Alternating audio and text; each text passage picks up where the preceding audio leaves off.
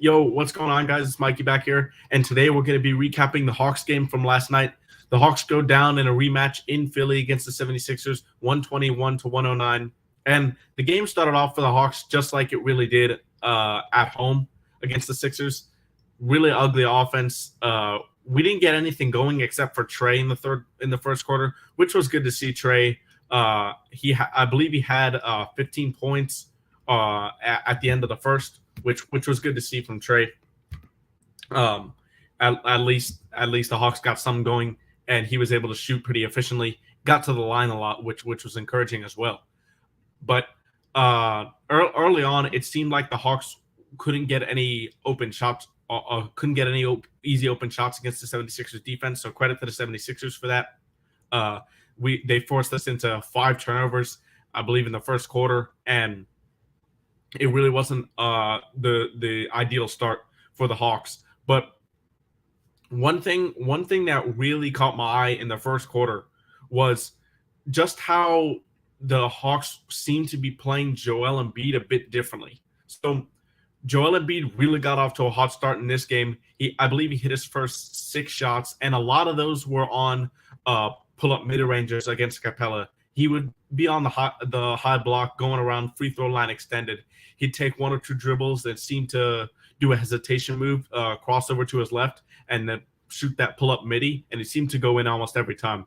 And the Hawks really didn't allow Embiid to take a lot of those shots against them at State Farm Arena last game. But this game again in the Wells Fargo Center, Embiid definitely realized that and hurt the Hawks in that regard. Clint Capella by himself was not good defensively against Embiid tonight as well. Embiid ended, and we'll go over the box score specifics later, but Embiid ended with a monster 42 and 10. Also had 2 blocks, 2 steals, 6 assists, and went 14 to 25 from the field. So a monster game from Joel Embiid. And just that's what he needs to do to keep these 76ers afloat, especially with Harden out. But he had a good supporting cast. His supporting cast showed up today, in which we'll go over later in this episode. Overall, this game was pretty sloppy for the Hawks.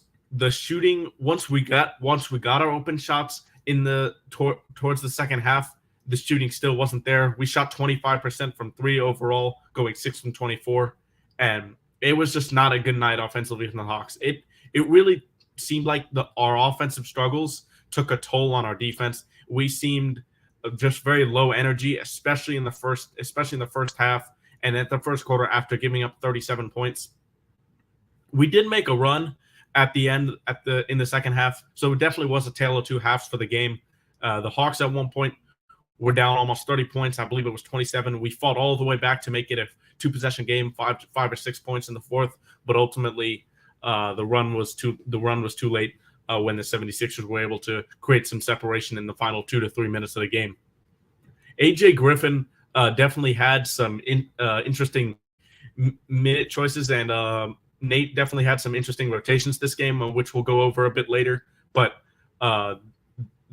sometimes Nate McMillan will get a lot of slander for things he's not really doing wrong.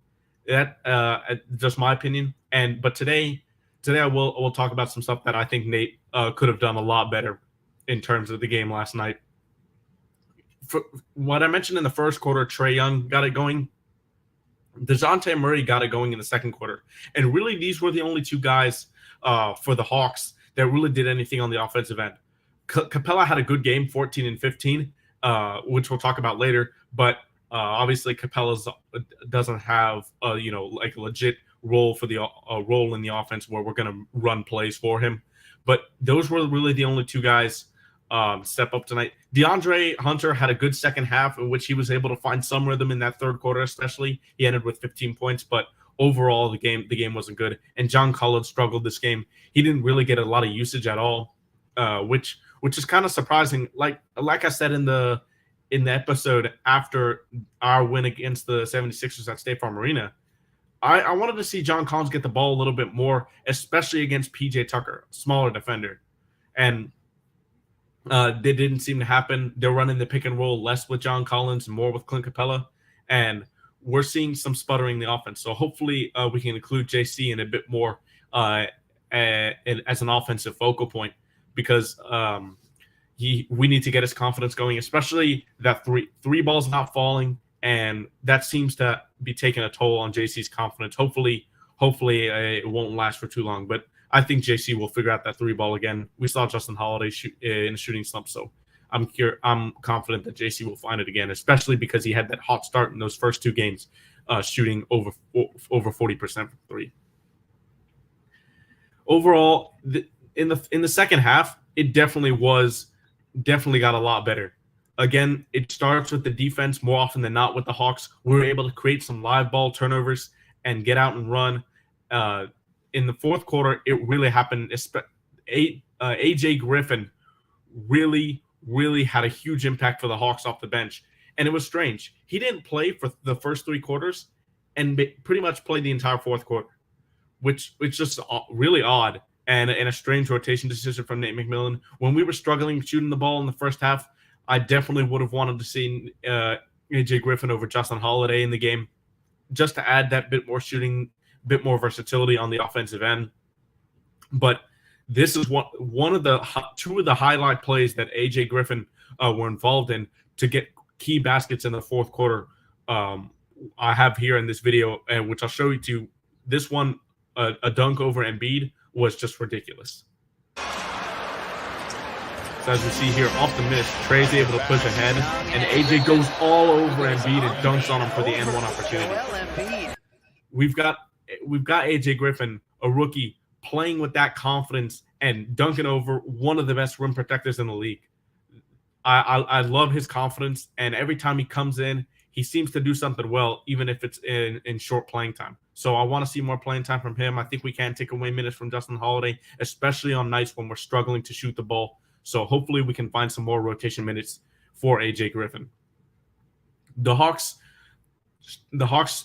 failed to score 30 points in any quarter except for the third. They scored 33, while the 76ers still scored 32. And this was definitely a defensive struggle for the Hawks in terms of every quarter except the fourth. The fourth, we were able to hold them to 22 points, but we only scored 25, which was kind of a letdown with how our defense was. Wish we could have capitalized on those more live ball turnovers and getting out and running like we just saw AJ Griffin and Trae Young do on that last play. We had some Frank Kaminsky minutes. Onyeka Okongwu was out due to personal reasons. I hope everything's good with Onyeka and nothing too tragic happened. So hopefully we'll get Onyeka back soon. But we saw Frank Kaminsky get real rotation minutes, and they were not good. He shot three for three. 6 points. But there were times on the defensive end, Frank Kaminsky's just not what he used to be, and he's never a great defender. He's more of he can provide some shooting, some passing, but it was definitely a defensive liability with the bench unit with him on the floor. AJ Griffin, like I mentioned before, only those 12 minutes. And the bench really struggled today. Nobody scored over 9 points, and that was AJ Griffin with those 9 points all in the fourth quarter on 2 threes and an and one.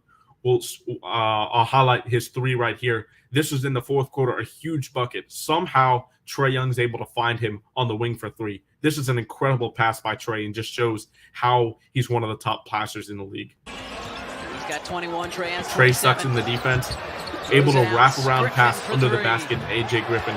Splash. The ball game. I mean, he's got 21, Trae one more time. This pass by Trae. Wow. Griffin for three. And credit to AJ Griffin there too, because a lot of times when players will start to drive, wing 3-point shooters will kind of move to the corner, so that'll be an easier pass. But AJ Griffin has confidence in Trae being able to throw that pass, and that was a long pass for Trae, and to get that much speed on that pass was really impressive. So that actually cut the lead.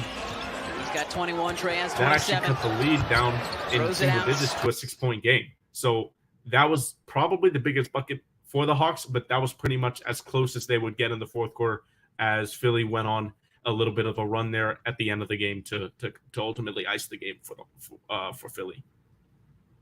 After that, not much doing for the Hawks in this box score here.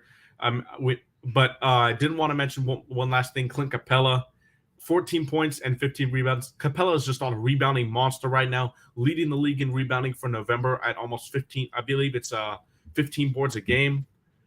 Could be 13. Let me just double check that. Indeed, yes, it is 15.8 rebounds per game for Clint Capella. So huge effort from Clint Capella, and he's looking healthy, and he's looking like himself back from 2 years ago. So awesome to see. We see Trae Young here adding 27 and 11. He had 1 assist at halftime, and it shows the tale of two halves in this game for the Hawks. He had 10 assists in the second half. He shot 8 of 18, 2 for 7 from 3. So better shooting from Trae Young, definitely. Going 8 of 18 is a bit more encouraging, but 2 for 7 from 3 can still come up a bit. 9 for 12 from the line is good.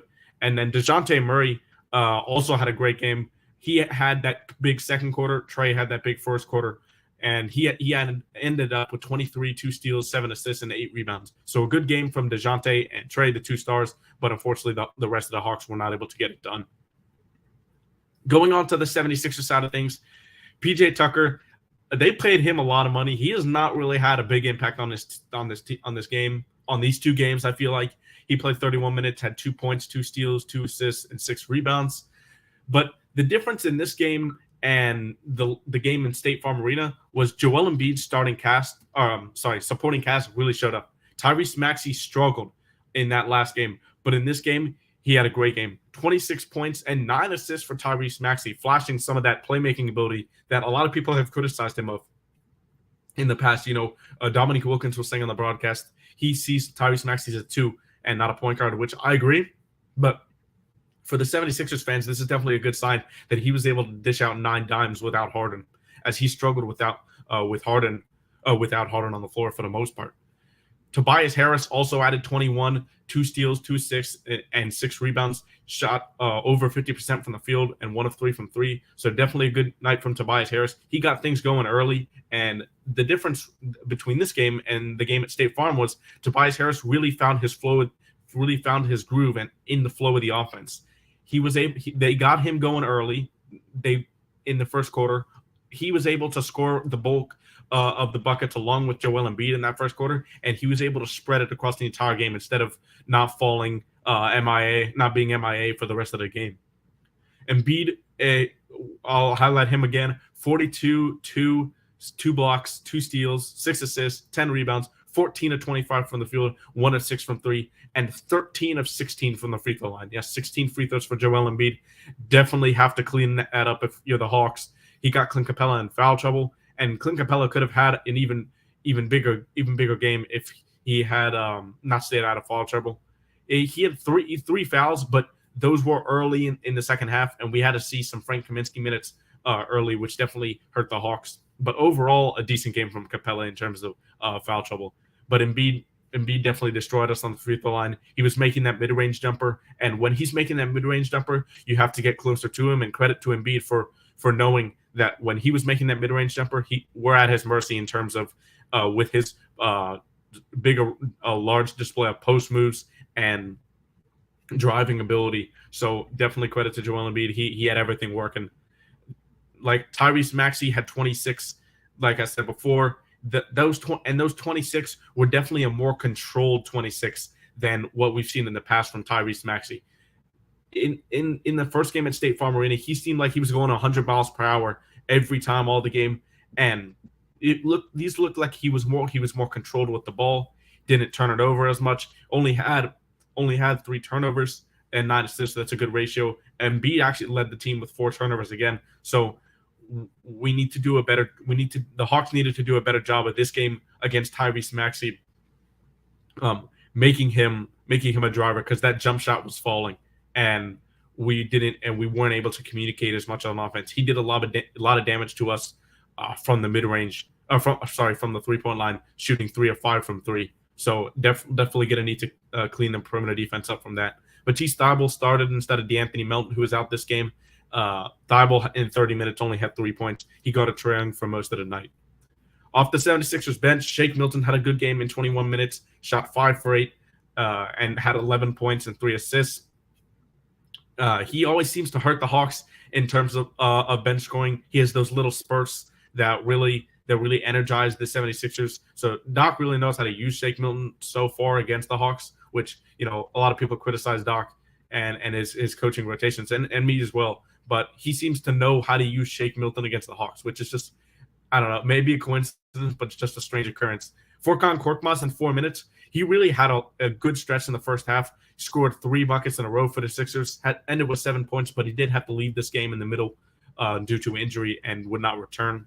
Paul Reed had 8 minutes and didn't do anything in those. And Danuel House in 18 minutes added 5 points off the 76er bench. So overall, just a tale of two halves for the Hawks. We ended with 25% from three. We didn't find a three throughout the entire game, but we're making it up with a lot of mid-range shots and rebounding. We've been winning the rebound battle consistently against our opponents. We won the batting battle by 12, 43 of 31, and 12 offensive rebounds to 2 offensive rebounds.